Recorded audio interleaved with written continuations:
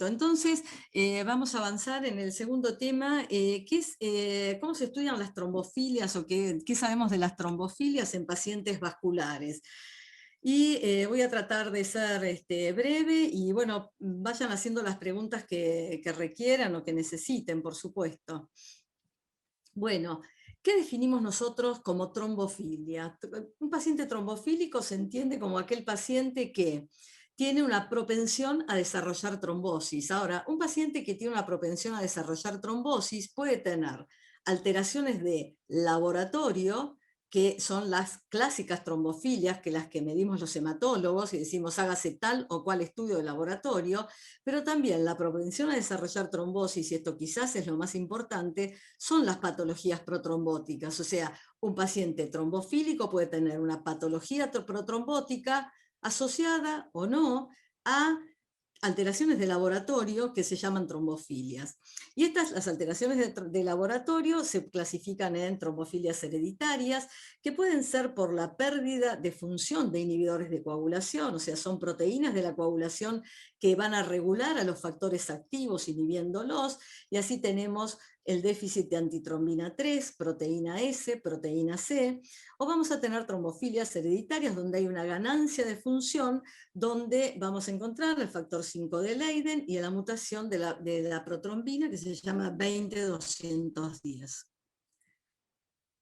También tenemos trombofilias adquiridas. El paradigma de una trombofilia adquirida no hereditaria es el síndrome antifosfolipídico, que como es un síndrome necesita combinar evento trombótico arterial o patología obstétrica más alteraciones del laboratorio que se llaman anticuerpos antifosfolipídicos, inhibidor lúpico, anticardiolipinas, antibeta 2 glicoproteína.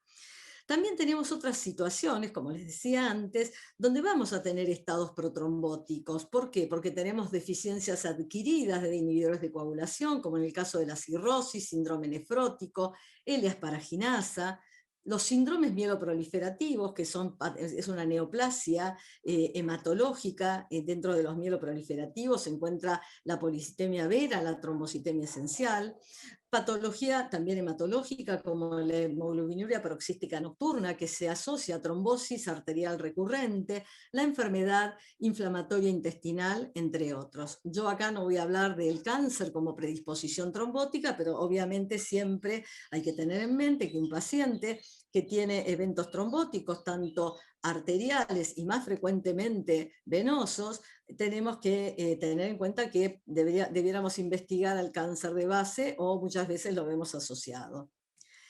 Hay otras trombofilias como estas que son más raras, polimorfismos del PAI, alteraciones a la respuesta fibrinolítica, aumentos de factores de coagulación en forma independiente, aumento del factor 8, polimorfismos de glicoproteínas de membrana plaquetaria, variantes de la metilente tetraidofólico reductasa, que estos en estudios individuales muestran relación con patología trombótica, pero el estudio sistemático de estas trombofilias no es lo habitual. ¿A quién tenemos que estudiar o en quién pensamos que puede tener una trombofilia? Las personas pueden ser sintomáticas o asintomáticas. En los sintomáticos vamos a estudiarle trombofilia a gente que tenga trombosis en sitios inusuales, como puede ser un paciente que tiene trombosis del lecho espláncnico, trombosis en sistema nervioso central, por ejemplo, trombosis de senos venosos cerebrales, pacientes que tienen una magnitud desproporcionada del evento trombótico, trombosis que sucede en la edad temprana, y en pacientes sintomáticos que tienen un fuerte antecedente familiar positivo, en general en familiares de primera línea. Pongo acá al costado la patología obstétrica, que tiene sus, digamos, sus bemoles en cuanto a qué se considera patología obstétrica, en la cual voy a estudiar una trombofilia, pero no vamos a hablar del tema ahora. También podemos estudiar la trombofilia en pacientes asintomáticos. ¿En quiénes? En los que tengan antecedente familiar de eventos trombóticos duros, que nos van a servir solamente para modificar ciertas conductas, como puede ser, por ejemplo, administrar una profilaxis antitrombótica o limitar el uso de determinada medicación, como puede ser un anticonceptivo con contenido estrogénico en pacientes mujeres jóvenes, ¿o no? Bueno, si nosotros vemos las trombofilias tienen distinto riesgo trombótico. Hay trombofilias que se llaman de alto riesgo y estas trombofilias de alto riesgo son porque tienen más riesgo de desarrollar trombosis. Dentro de ellas tenemos síndrome antifosfolipídico, el déficit de AT3, de proteína S, de proteína C, las variantes genéticas, pero en su versión homocigota, o pacientes que tienen trombofilias dobles heterocigotas, por ejemplo, 5 Leiden y 2210. Estas son trombofilias de alto riesgo. Las trombofilias de bajo riesgo en general son las genéticas con variantes heterocigotas. Cuando nosotros tenemos un paciente con trombosis arterial, la evaluación diagnóstica va más allá de la trombofilia en sí mismo. Primero nosotros tenemos que saber en un paciente arterial cuál es el compromiso aterosclerótico de base, si tiene factores de riesgo para aterosclerosis. Tenemos que hacer una completa evaluación cardiológica, porque si podemos tener una trombosis arterial cuya etiología es netamente cardioembólica o ateroembólica. Estudiar otras causas asociadas como medicación que reciba el paciente, que el paciente no abuse de sustancias ilícitas, que tenga enfermedades sistémicas, enfermedades inflamatorias, eh, alteraciones vasculares anatómicas. Cuando nosotros en el paciente arterial yo estoy hablando del paciente arterial considerando que es un congreso de cirujanos vasculares, pero esto se extiende también a la patología venosa, el tema del estudio de las trombofilias. Considerar entonces, una vez evaluado al paciente globalmente, si le voy a estudiar la trombofilia, y probablemente, digamos, sí, en pacientes jóvenes, donde hemos descartado, como les dije antes, compromiso aterosclerótico, origen cardioembólico y otras patologías. Dentro de las cosas que nosotros tenemos que considerar es si el paciente recibe tratamiento hormonal, anticonceptivo de reemplazo, uso de anfetaminas, cocaína, anabólicos, ver que el paciente no haya tenido exposición previa a heparina, y hay pacientes que desarrollan un cuadro clínico que se llama trombocitopenia inducida por heparina. Esto lo vemos mucho durante la internación o cuando el paciente vuelve con un evento, ya sea trombótico venoso o arterial. Siempre hay que tener en cuenta, ¿estuvo el paciente expuesto a heparina? E investigar si tiene esta complicación que no es infrecuente. 3 de cada 100 pacientes expuestos a heparina pueden desarrollar HIT con fenómeno trombótico. Bueno, también tenemos otras alteraciones dentro de también las patologías hematológicas, cuadros de hiperviscosidad o de crioglobulinas, enfermedades reumatológicas, anomalías anatómicas arteriales como las compresiones extrínsecas, vasculitis, disección, displasia fibromuscular, arteritis infecciosas, vasoespasmo. Y vamos al estudio de la trombofilia en sí mismo ahora. Siempre hay que tener en cuenta algunos aspectos clínicos y de laboratorio. Lo clínico lo vimos hace un ratito. ¿Qué pasa cuando vemos un hemograma? Nos tiene que llamar en un paciente que tiene una complicación trombótica, venosa o arterial, tiene una citopenia, tiene citosis. Si vemos citopenias y un cuadro hemolítico, probablemente sospechemos una hemoglobinura paroxística nocturna y estamos obligados a pedir una citometría de flujo. Pacientes que tienen citosis, más allá de cuadros inflamatorios que pueden elevar las plaquetas, si nosotros tenemos trombocitosis persistentes, hematocrito alto, tenemos que hacer el ejercicio diagnóstico de todos los diagnósticos diferenciales, pero quizás necesitemos estudiar mutaciones drivers de patologías o de neoplasias hematológicas como los mieloproliferativos, que se asocian tanto a trombosis arterial como a trombosis venosa. Dentro de las trombofilias, como les dije antes, vamos a solicitar los estudios correspondientes, y acá factor 5 de Leiden, mutación 2210, los inhibidores naturales de la coagulación, los adquiridos, el inhibidor lúpico, anticardiolipinas, antibeta 2 y la homocisteína. Vamos a revisar un poquito esto. Si nosotros vemos cuál es el riesgo trombótico de las trombofilias y por qué las estudiamos, vemos que hay distintos estudios. Estos estudios tienen todas limitaciones, en general son retrospectivos, algunos son familiares, son estudios de seguimiento de familiares sin trombofilia con respecto a los que tienen trombofilia dentro de la misma familia. Pero fíjense, si nosotros vamos rápidamente, factor 5 ley de mutación 20210, vemos que las variantes heterocigotas no aumentan mucho el riesgo trombótico, pero sí las variantes homocigotas. Por ejemplo, el factor 5 Leiden para stroke aumenta 2 veces con este intervalo de confianza el riesgo de desarrollar trombosis. Si vemos la 2210 en su variante homocigota, también aumenta 7 veces el riesgo de stroke. Entonces, estudiamos factor 5 de Leiden 2210, sí, cuando tenemos un evento arterial lo estudiamos, sobre todo en pacientes jóvenes. Joven nosotros decimos alrededor de los 55 años para abajo, porque arriba de los 55, 60 años, lo que prevalece son los factores de riesgo convencionales y la trombofilia deja de tener peso en el evento que estamos estudiando. Entonces, el objetivo del estudio es detectar las variantes homocigotas o los combinados, que como les dije antes, combinar 5 Leiden con 2210 puede tener alto riesgo trombótico.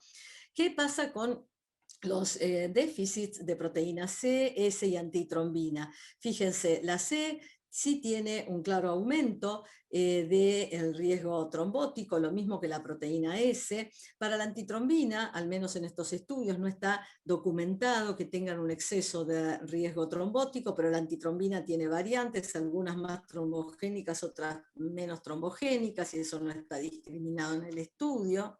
Así que vamos a pedir dosaje de proteína C, S y de antitrombina 3 si está alterada, para después seguir estudiando variantes. ¿Qué pasa con el antifosfolipídico? El antifosfolipídico es el que sí tiene riesgo trombótico, y vamos a estudiar al paciente. Cuando uno estudia síndrome antifosfolipídico, es importante saber que es una trombofilia adquirida, que muchos estados inflamatorios o condiciones agudas del paciente nos pueden mostrar que el paciente tiene anticuerpos antifosfolipídicos positivos, pero necesitamos un estudio de confirmación a 12 semanas de haber hecho el primer estudio, o sea, repetir los mismos anticuerpos y ver si son positivos verdaderos o si son negativos. Es importante en el antifosfolipídico también determinar si tienen una sola alteración, por ejemplo, inhibidor lúpico, o si asocian anticardiolipinas, o si asocian anti-beta 2 glicoproteína, porque cuanto más anticuerpos positivos tienen, llegando a lo que se llama triple positivo, el paciente tiene más riesgo trombótico, y quizás tengamos limitaciones en cuanto, por ejemplo, al uso de DOACs en ese escenario donde está documentado, al menos para el uso de rivaroxaban y en unos estudios de apixaban, que no tienen la misma eficacia que la warfarina en la prevención de eventos isquémicos, sobre todo arteriales. Con respecto al factor 8, la elevación del factor 8 tiene un peso variable en lo que es la trombofilia. Lo mismo sucede con los niveles de homocisteína. Le damos importancia a niveles muy altos de homocisteína, donde por ahí los niveles llegan cercanos a 100, y ahí buscando sobre todo pacientes homocistinúricos, o sea, pacientes que ya por sus características clínicas, como la miopía, luxación de cristalino, aspecto marfanoide, nos van a decir que el paciente tiene esta patología, y en general los niveles de homocisteína muy elevados por abajo de 30 años nos llevan a estudiar homocisteinuria. Las variantes de la metilente tetraidrofólico reductasa son muy prevalentes y los estudios son discordantes. Algunas variantes hemocigotas con un ligero aumento del riesgo trombótico, pero menos importante en cuanto al peso como hallazgo trombofílico. Entonces, para resumir, las trombofilias, el factor 5 Leiden, las variantes heterocigotas, no nos va a influenciar el tratamiento. Los homocigotas, vamos a hacer el estudio y vamos a anticoagular o antiagregar. Lo mismo sucede con las variantes homocigotas de la 2210, pueden definir el tratamiento, y es importante identificarlas a estas variantes para, sobre todo, como les decía antes, saber sos homocigota o sos heterocigota doble, porque eso sí cambia la estrategia. Con respecto a proteína C, proteína S, antitrombina 3, las vamos a testear en general con eventos trombóticos en menores de 55 años, y vamos a definir anticoagulación y antiagregación. El síndrome antifosfolipídico tiene probada asociación con trombosis arterial, y lo vamos a hacer en todos los pacientes, casi les diría que es el estudio que pedimos con mayor frecuencia, donde aquí después definiremos la estrategia antitrombótica, y acá considerar que, como les decía antes, los DOACs en este escenario pueden ser inferiores en su eficacia a los antivitamina K. Con respecto al factor 8, la homocisteína y la metilén, realmente son inconsistentes. Recordar la homocisteína en niveles muy altos, pacientes jóvenes, descartar la patología que es la homocistinuria. El plan de tratamiento en general va a ser consensuado con especialistas, siempre hay que considerar el riesgo de trombosis recurrente y el riesgo de sangrado de los pacientes. El tratamiento antiplaquetario y anticoagulante va a estar basado en la mejor evidencia disponible, y cuando nosotros vamos a anticoagular a un paciente con una trombofilia tenemos que hacer reevaluaciones del paciente, de su patología y del tratamiento y las complicaciones en forma periódica. Así que como conclusiones, abordar un paciente con trombosis arterial sin causa aterotrombótica ni cardioembólica puede llegar a ser complejo. Siempre tenemos que evaluar los factores múltiples de riesgo en cuanto a la cirugía y el riesgo de recurrencia. El rol de las trombofilias en los eventos arteriales, el tratamiento antitrombótico, ya sea antiagregante o anticoagulante, y el riesgo de recurrencia no está basado en una evidencia fuerte. Hay que hacer toda una evaluación exhaustiva de todas las etiologías posibles, asociado al perfil trombofílico, que ayudaría a seleccionar la mejor estrategia. Y siempre estos pacientes en general son estudiados en equipo. Muchas gracias.